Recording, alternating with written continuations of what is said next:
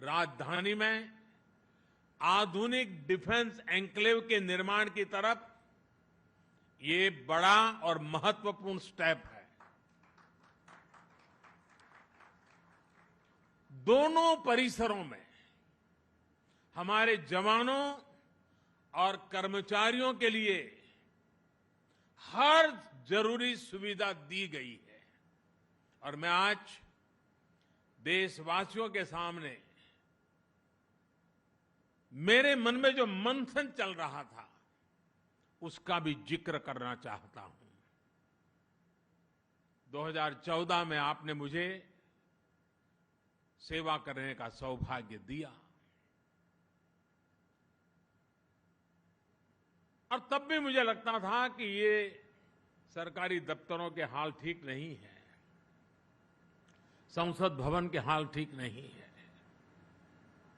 और 2014 में आकर के ही मैं पहला ये काम कर सकता था, लेकिन मैंने वो रास्ता नहीं चुना।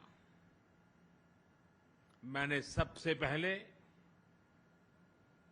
भारत की आन बान शान, भारत के लिए जीने वाले, भारत के लिए जूझने वाले हमारे देश के वीर जवान जो मातृभूमि के लिए शहीद हो गए, उनका स्मारक बनाना सबसे पहले तय किया। और आज जो काम आजादी के तुरंत बाद होना चाहिए था, वो काम 2014 के बाद प्रारंभ हुआ और उस काम को पूर्ण करने के बाद हमने हमारे दफ्तरों को ठीक करने के लिए सेंट्रल विस्टा का काम उठाया। सबसे पहले हमने याद किया मेरे देश के वीर शहीदों को, वीर जवानों को। साथियों,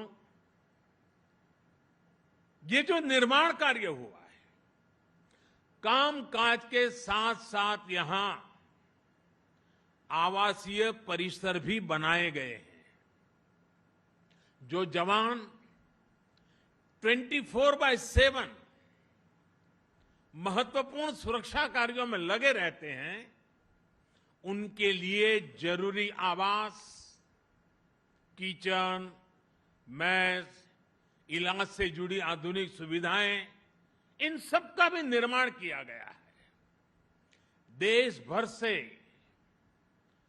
जो हजारों रिटायर्ड सैनिक अपने पुराने सरकारी कामकाज के लिए यहां आते हैं, उनको भी अब उनके उम्र के एक स्थिति पर वो पहुंचे हैं, उनका भी विशेष ख्याल रखना, उनको ज्यादा परेशानी ना हो, इसके लिए भी उचित कनेक्टिविटी का यहां ध्यान रखा गया है।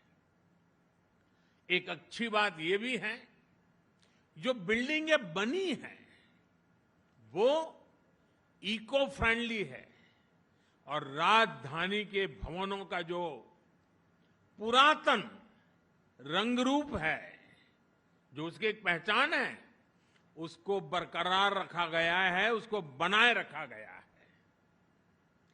भारत के कलाकारों की आकर्षक कलाकृतियों को, आत्मनिर्भर भारत के प्रतीकों को यहां के परिसरों में स्थान दिया गया है। यानी दिल्ली की जीवंतता और यहां के पर्यावरण को सुरक्षित रखते हुए हमारी सांस्कृतिक विविधता का आधुनिक स्वरूप यहां हर कोई अनुभव करेगा। साथियों, दिल्ली को भारत की राजधानी बने 100 वर्ष से अधिक का समय हो गया है। 100 वर्ष से अधिक के इस कालखंड में यहां की आबादी और अन्य परिस्थितियों में बहुत बड़ा अंतर आ चुका है। जब हम राजधानी की बात करते हैं तो वो सिर्फ एक शहर नहीं होता है, किसी भी देश की राजधानी उस देश की सोच, उस देश के संकल्प, उस देश का सामर्थ्य और उस देश की संस्कृति के प्रतीक होती है।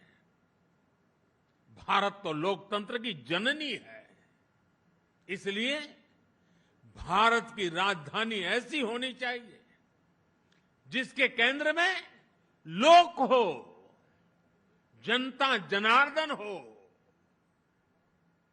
आज जब हम ईज ऑफ लिविंग और ईज ऑफ डूइंग बिजनेस इस पर फोकस कर रहे हैं, तो इसमें आधुनिक इंफ्रास्ट्रक्चर की भी उतनी ही बड़ी भूमिका है। सेंट्रल विस्टा से जुड़ा जो काम आज हो रहा है, उसके मूल में यही भावना है। इसका विस्तार हमें आज शुरू हुई सेंट्रल विस्टा से जुड़ी वेबसाइट्स में भी दिखता है।